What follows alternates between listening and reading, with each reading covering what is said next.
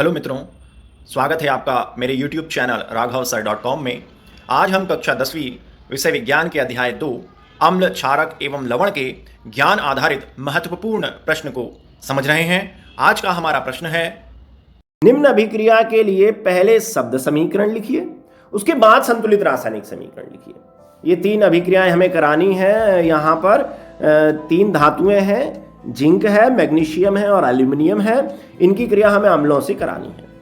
चलिए, उत्तर लिखने से पहले, शब्द समीकरण और संतुलित रासायनिक समीकरण लिखने से पहले हम थोड़ा सा समझ लें। मैं आपका ध्यान सक्रियता श्रेणी की ओर ले जाना चाहूंगा। सक्रियता श्रेणी को आप सभी ने देखा है। इसमें हम धातुओं को या तत्वों को उनकी क्रियाशीलता के घटते क्रम में जमाते हैं। ऊपर जो धातुएं हैं या जो तत्व हैं ये अधिक क्रियाशील होते हैं और नीचे के कम क्रियाशील। साथ ही साथ यहाँ पे देखिए बीच में हाइड्रोजन लिखा हुआ है।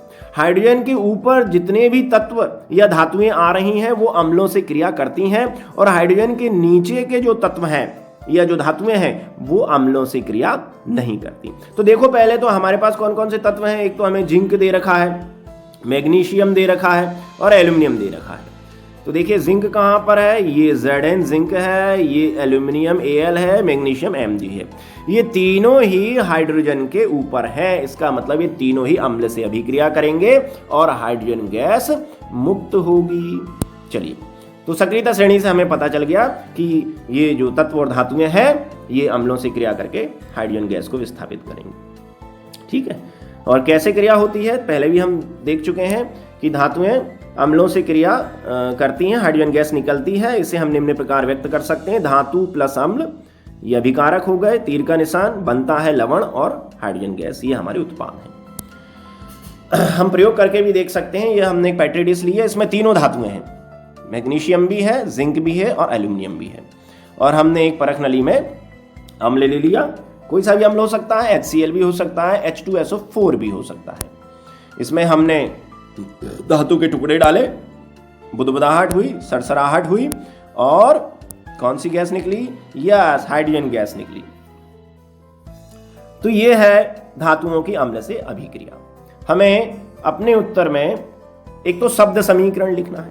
शब्द समीकरण समझते हैं ना, अभिक्रिया को शब्दों के रूप में व्यक्त करना।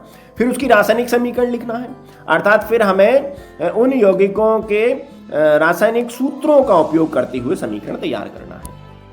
तो पहली अभिक्रिया है हमारी, तनु सल्फ्यूरिक अम्ल दानेदार जिंक के साथ अभिक्रिया करता है, तो ये शब्द समीकरण है। क्रियाकारक कौन कौन से हो गए? तनु सल्फ्यूरिक अम्ल, H2SO4, तनु है ना, जल में घुला गया, जिंक। और जब एक अभिक्रिया हुई तो इस गौर से देखिए, ये इस प्रकार अभिक्रिया होगी, नीचे हमने दे रखी है। क्या बनेगा? लवण, धातु का लवण, तो जिंक का लवण बन गया, जिंक सल्फेट बन गया और हाइड्रोजन गैस निकल गई।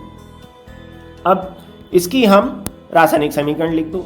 ये रासायनिक समीकरण है, तनु सल्फ्यूरिक अम्ल यानी H2SO4। तनु है इसलिए हमने कोष्टक में एक्वा लिख रखा है, ये जलीय विलयन है, पानी में घोलकर इसकी सांद्रता को कम कर दिया गया। जिंक Zn, ये धातु है, ये ठोस रूप में है, छीलन के रूप में, दानेदार, तो इसको हमने S लिख रखा है कोष्टक में, उसकी अवस्था भी दर्शाई है। फिर एक लवण बन गया, जिंक सल्फेट, जलीय विलयन में एक्वा, और हाइड्रोजन गैस निकली H2। ये आप इसको देखें, ये जैसे ही आप लिखेंगे ये पहले से ही संतुलित है, आपको कुछ भी घटाना बढ़ाना नहीं पड़ेगा। हमारी दूसरी अभिक्रिया है, तनु हाइड्रोक्लोरिक अम्ल मैग्नीशियम पट्टी के साथ अभिक्रिया करता है। तो ये पहले शब्द समीकरण लिख दी, तनु हाइड्रोक्लोरिक अम्ल धन मैग्नीशियम, बनने वाले पदार्थ उत्पाद हो गए मैग्नीशियम का लवण, मैग्नीशियम क्लोराइड और हाइड्रोजन गैस। इसकी रासायनिक समीकरण हो जाएगी, तनु हाइड्रोक्लोरिक अम्ल HCl, magnesium Mg, magnesium chloride MgCl2 और हाइड्रोजन गैस H2।